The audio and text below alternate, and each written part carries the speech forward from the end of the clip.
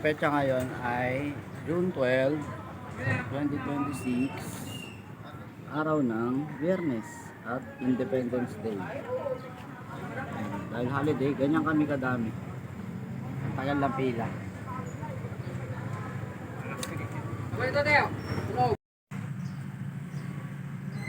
Kung tatambay ka naman kasi sa bahay, mas lalo kang walang hit. Kaya kahit holiday, laban mo na lang. Bangon sa higaan, maligo at bumiyahe. Sa ganung paraan, kahit konti lang kitain, at least hindi ka magiging tambay lang sa bahay.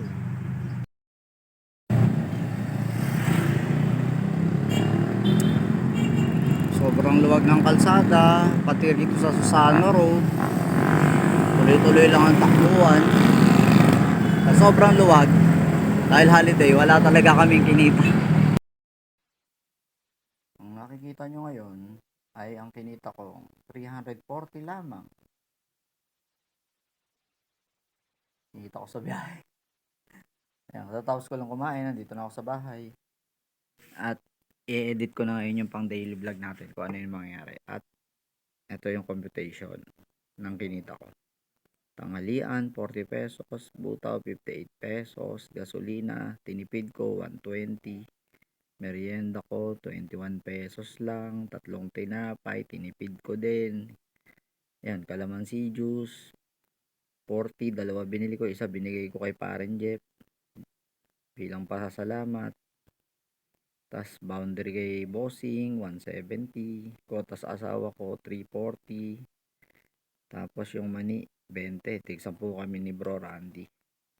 Yan, negative ako sa asawa ko ng 110 kasi 450 ang kota ko sa asawa ko. Kaya kulang ako ng 110 at 50 sa gasolina, negative din ako dahil 120 lang na gasolina ko ngayon. Ang ginagasolina ko kasi talaga 170 para at least 2 liters. Dahil sa taas ng gasolina, para sa inyong kalaman dati nung hindi pa nagtataas ang gasolina, ang kinakarga kong gasolina ay 110 lang, pinakamataas na yung 120 talaga. Pero ngayon nagre-range 170 to 180, parang ganun. Pagka yung sabihin natin nakukuha ko yung kota ko. Tapos yun, negative din ako sa ipon. Ibig sabihin, yung dati kong iniipon, ngayon pambayad na sa utang. Kasi buhat nga nang tumaas na yung gasolina, hindi na ako makarecover sa utang. Ganun talaga. Ganun kahirap. Kaya kanina nga, marami ko nakakausap na kasamahan. Dahil lagi na nga kaming sumasadsad. Nakailan ba talaga kami magtataas o kami tataasan ng pamasahe ng Quezon City. Kaya sana sa kinaukulan, taas nyo naman na yung pamasahe ng mga tricycle sa Quezon City. Isipin nyo, 809 lahat-lahat. Maliit na po yan. Hindi normal yan para sa isang tricycle driver na may pamilya, may anak. Lalo na siguro kung nangungupahan pa ako.